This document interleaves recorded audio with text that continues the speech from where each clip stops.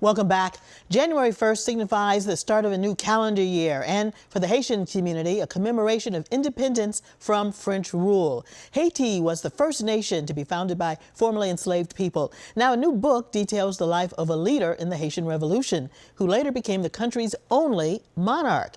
It's called The First and Last King of Haiti, The Rise and Fall of Henri Christophe. And joining us now is Marlene Doubt. She's the author, scholar, and current professor of French and African Diaspora Studies at Yale University. Welcome, Marlene. So you're a scholar of the Haitian Revolution, and you've written extensively on this topic. What is it about this time in history that sets the stage for the current political climate that we see in Haiti today?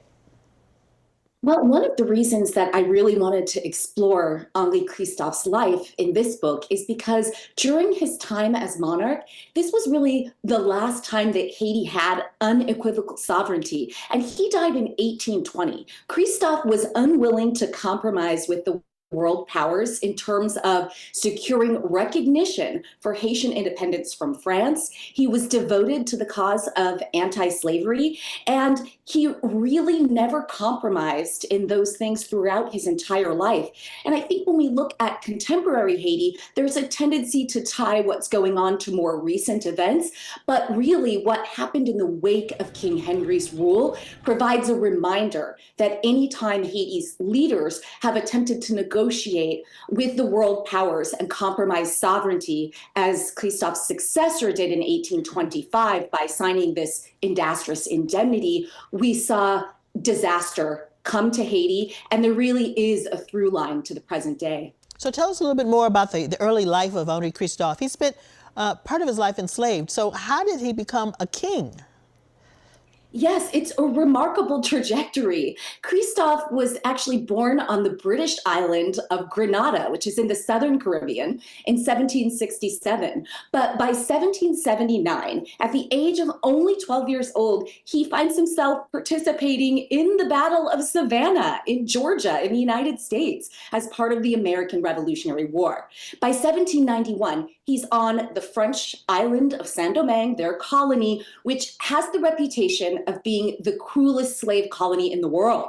But when the revolution breaks out, he's able to participate in the freedom struggle, and Haiti declares its independence in 1804, and he's right there contributing all the way. And by 1811, he has become the king of his country, and again, devoted to the anti-slavery principles and anti-colonial principles of the revolution.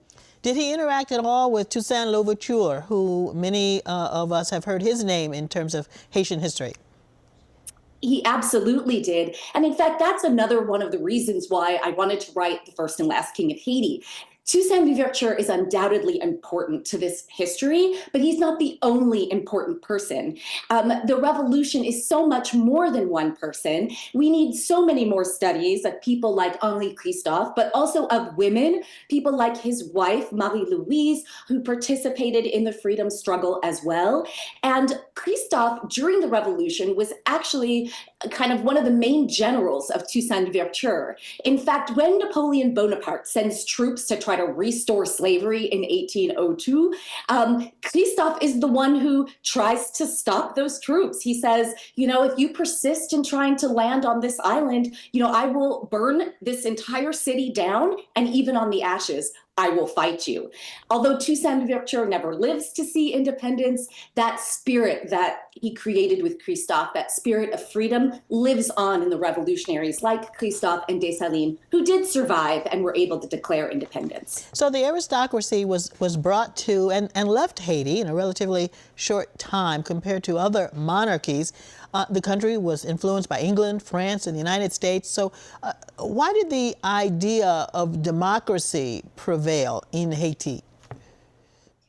Yes, so I think it's important to point out that Christophe actually sets up a constitutional monarchy. So they have councillors of state, they have a constitution, they have governing bodies. So he is not sort of the king who's c'est moi l'état, sort of thing.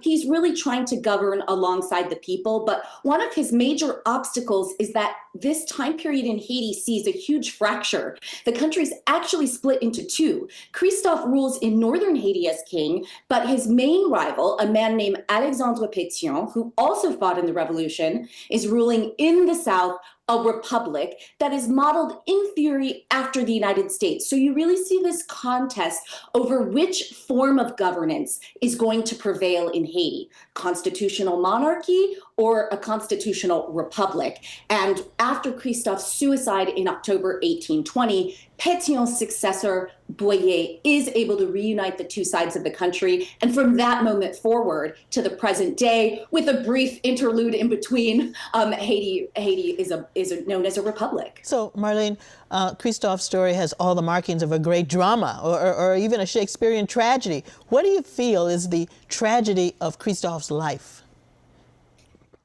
I think the true tragedy is that Christophe was a visionary. He had all of these designs. He built some of the most iconic monuments, not just in Haiti, but in the Caribbean, in North America.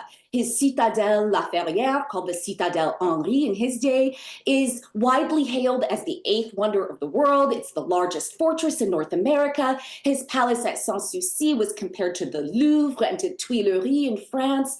And he had these visions of how Haitian sovereignty and Black sovereignty could move forward in the world, but he faced many obstacles. Throughout his reign, he not only had rivals in the Southern Republic, but the French continuously tried to, quote unquote, restore Saint-Domingue, which means to take back the colony, to insert their domination, and to bring back slavery.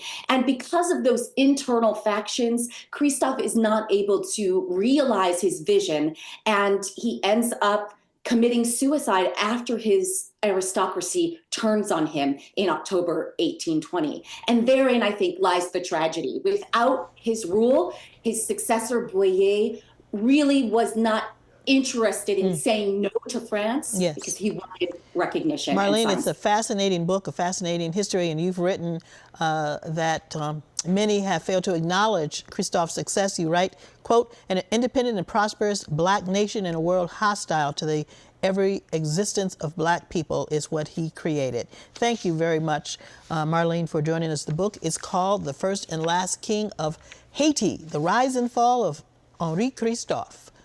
Take care, and thanks for sharing his story with us.